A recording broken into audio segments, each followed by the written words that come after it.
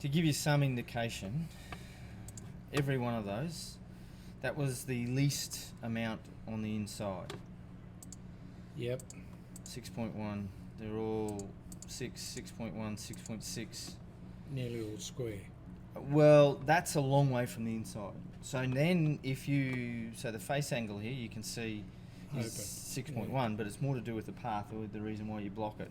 Because what will happen is that you'll match, if that face is marginally open, Yep. it will end up going block straight right. Yep. Okay. Yep.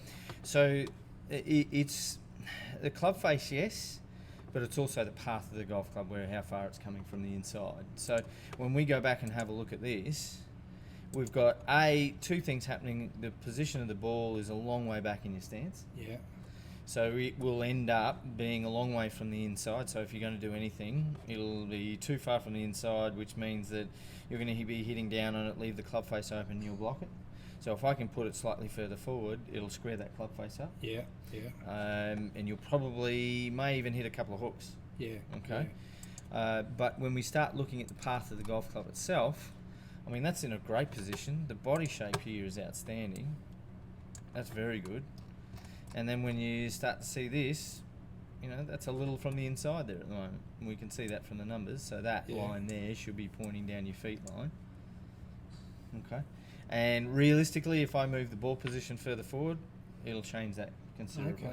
Okay. And then the rest of it's okay. Pretty happy with all of it. Not coming up too quick. Nah, definitely not. No. Definitely not. So let's move the ball position. I mean, the body shape, I can't tell you how good that body shape is and what it's doing. It's not a fucking pretty body. You can't sell me that one. I didn't talk about the actual, that kind of body shape. No. So the idea of what it's doing and how it's doing it, very good. Okay.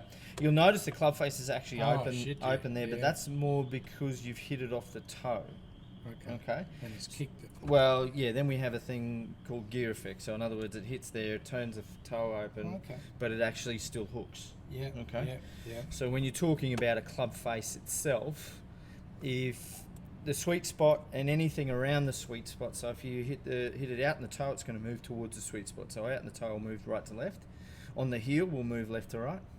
On the bottom, we'll spin and go up too much. And on the top, won't spin at all and it'll go out and drop out of the sky. As a general rule. Okay. So all of that, I just want the ball position further forward. Well, the only other thing I did after I finished with you was I started taking the club back outside the line. Okay. Yeah? And fucking accuracy was terrific. Yep. But I was losing. I'm not getting bloody distance. Sure. But accuracy was not a problem because of chip putt. Was getting me out of trouble. Yeah. But it would have been nice to get some more on it. Yeah.